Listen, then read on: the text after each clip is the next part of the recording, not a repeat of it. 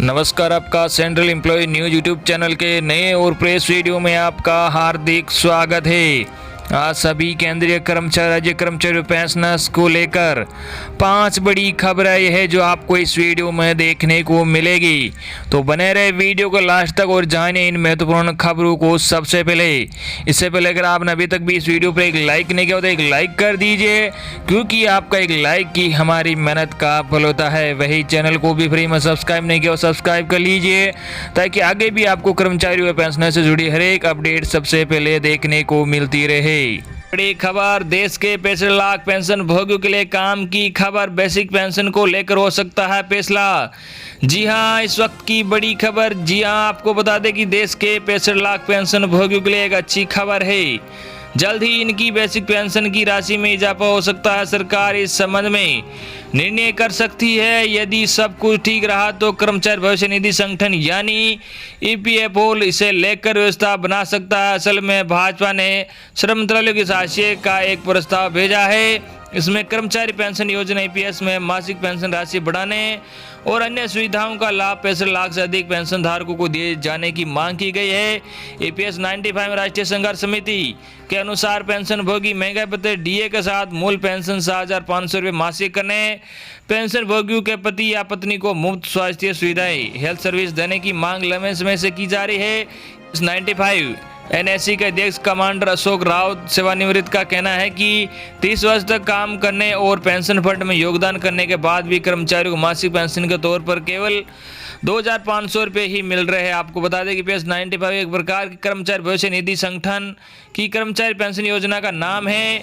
कर्मचारी पेंशन योजना के दायरे में आने वाले कर्मचारियों के मूल वेतन, बेसिक और महंगा भत्ता का 12% अंश भविष्य निधि में जमा कराया जाता है। दूसरी तरफ कंपनी नियोक्ताओं से भी 12% का अनुदान लेकर 8.33% ईपीएस में जमा कराया अनुदान लेकर 8.33% ईपीएस में जमा कराया जाता है। मथुरा की सांसद हेमा मालिनी ने हाल ही में एक पत्र श्रम मंत्री संतोष गंगवार को लिखकर बुजुर्ग पेंशनों की मांग पर ध्यान देने की अपील भी की है। यहाँ कर्मचारियों के लिए प्रयास पेंशन योजना की भी शुरुआत। जी हाँ, प्राइवेट सेक्टर में कार्य करने वाले कर्मचारियों के लिए प्रयास पेंशन योजना की शुरुआत बुधवार को क्षेत्रीय भविष्य निधि कार्यालय में क्षेत्रीय आयोग उपेंद्र प्रताप सिंह व पिछड़ा वर्ग आयोग के सदस्य के शैलेंद्र सिंह पटेल ने की। इस योजना में अब जो भी कर्मचारी जिस भी दिन रिटायर्ड होगा उसकी पेंशन उसी दिन से तैयार हो जाएगी और महीने की 1 तारीख को उसके खाते में पेंशन राशि आ जाएगी। इस व्यवस्था को कर्मचारियों के लिए बहुत बड़ा बदलाव माना जा रहा है, क्योंकि आमतौर पर सरकारी या निजी कर्मचारियों को रिटायर्ड होने के बाद व्यवस्थित पेंशन पाने में महीने लग जाते हैं।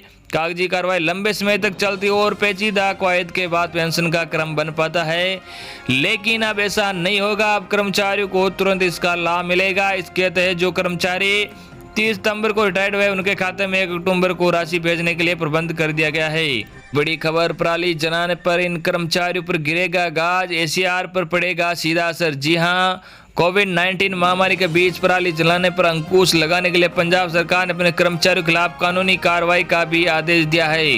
राज्य सरकार ने तय किया है कि अगर सरकारी कर्मचारी ऐसी खेती की जमीन जिसे किराए पर दिया गया हो और उसमें पराली जलाई जाती है तो एक्शन लिया जाएगा।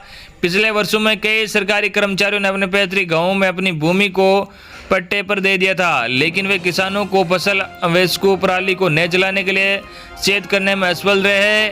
नतीजन भारी मात्रा में पराली जलाई गई। ऐसी स्थिति का फिर से सामना न करना पड़े, इसे देखते हुए ये फैसला लिया गया है। पंजाब पॉल्यूशन कंट्रोल बोर्ड के कार्यकारी इंजीनियर कुलदीप सिंह ने कहा, हर आग की घटना में जमींदार का नाम इस बार रिपोर्ट में विशेष रूप से उल्लेख किया जा रहा है। नियमों के उल्लंघन के मामले में किसान के खिलाफ कानून के अनुसार कार्रवाई की जाएगी, लेकिन अगर जमीन किसी सरकारी कर्मचारी की है तो इसका जिक्र वार्षिक कामकाज के मूल्यांकन की गोपनीय प्रविष्टि एसीआर में किया जाएगा, जबकि उनके खिलाफ एफआईआर भी दर्ज की जाएगी।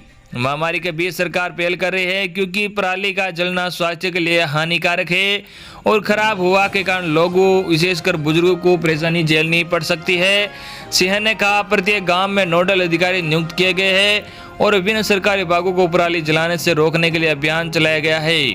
नोडल अधिकारी यह सुनिश्चित करने के लिए जिम्मेदार है कि गांव में पराली को जलाए न जाए, लेकिन अगर कोई पराली जलाता है तो नोडल अधिकारी एक रिपोर्ट तैयार करेगा और इसे पटवारी को भेज देगा, जो इस पर जुर्माना लगाने के लिए क्लस्टर अधिकारी को भेज देगा। अगली बड़ी खबर, केंद्रीय पेंशनर्स की टेंशन को मोदी सरकार ने किया छूमंतर, फायदा ही फायदा। जी हां, आपको बता दें कि सरकार ने यह व्यवस्था अगस्त महीने से लागू कर दी थी। इस व्यवस्था के लागू होने के बाद अब पेंशनर्स को पीपीओ की फिजिकल कॉपी देने की अनिवार्यता नहीं रह गई। केंद्र सरकार के पेंशनर डिजी लॉकर में पेंशन भुगतान आदेश पीपीओ को स्टोर कर सकते हैं। पेंशन एवं पेंशनभोगी कल्याण विभाग ने यह पाया कि कई पेंशनभोगियों ने समय के साथ साथ अपनी पीपीओ की ओरिजिनल कॉपी को खो दिया है, जिसके बाद उन्हें पेंशन से जुड़े कार्यों को करने में दिक्कतों का सामना करना पड़ता है। पेंशनर और विभाग को होने वाली इस परेशानी को हमेशा के लिए खत्म करने के लिए यह व्यवस्था लागू की गई है। सरकार ने व्यवस्था अगस्त महीने से लागू कर दी थी। इस व्यवस्था के लागू होने के बाद पेंशनर्स को पीपीओ की फिजिकल कॉपी देने की अनिवार्यता नहीं रह गई है। ई-पीपीओ भी फिजिकल कॉपी की तरह मान्य है। ई-पीपीओ की सुविधा को भविष्य सॉफ्टवेयर के साथ क्रिएट की गई है। यह प्रणाली किसी भी पेंशनभोगी को उनके डिजी लॉकर खाते में उनकी पीपीओ की न्यूनतम प्रति का तत्काल प्रिंट आउट प्राप्त करने में भी सक्षम है। इस पहल से डिजी लॉकर में संबंधित पीपीओ का एक स्थायी रिकॉर्ड बन जाएगा और साथ ही साथ पीपीओ के नए पेंशनों तक पहुंचने में जो देरी होती है वे भी खत्म हो गई है। डिजी लॉकर एक तरह का वर्चुअल लॉकर है जिसे प्रधानमंत्री नरेंद्र मोदी ने जुलाई 2015 में लॉन्च किया था। इसमें कई तरह के सरकारी दस्तावेजों की ई कॉपी रखने की सहूलियत मिलती है, मसलन ड्राइविंग से जुड़े दस्तावेज, वोटर आईडी और आधार आईडी। अगली बड़ी खबर, दिवाली से पहले इन सरकारी कर्मचारियों को मिलेगा बड़ा तोहफा। जी हां, आपको बता दें कि दिवाली से पहले दिल्ली के इन सरकार कर्मचारियों को लेकर बड़ी खबर सामने आई है।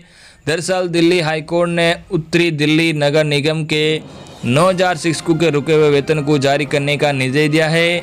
दिल्ली हाईकोर्ट ने कहा कि दिवाली का त्यौहार नज़दीक है, ऐसे में उत्तरी दिल्ली नगर निगम के शिक्षकों को वेतन को लेकर निराश न करें। दरअसल उत्तरी दिल्ली नगर निगम के वकील द्वारा अदालत को सूचित किया गया है कि 8 सितंबर को निगम ने अपने शिक्षकों को जून का वेतन जारी किया है। दिल्ली हाई कोर्ट को दिल्ली सरकार के वकील ने यह भी बताया कि उसने 3 सितंबर को उत्तरी दिल्ली नगर निगम को 98 करोड़ 35 लाख रुपए जारी किया है और ये राशि सितंबर और अक्टूबर के लिए शिक्षकों के वेतन को कवर करेगी। इस पर कोर्ट ने कहा कि मत भूलो कि दिवाली का त्यौहार आने वाला है। हम उत्तरी दिल्ली नगर निगम द्वारा उत्सव के इस पर्व में किसी भी कर्मचारी को किसी से वंचित नहीं होने देंगे। सुनवाई के दौरान जस्टिस हेमा कोहली और सुब्रमण्यम प्रसाद की पीठ ने कहा कि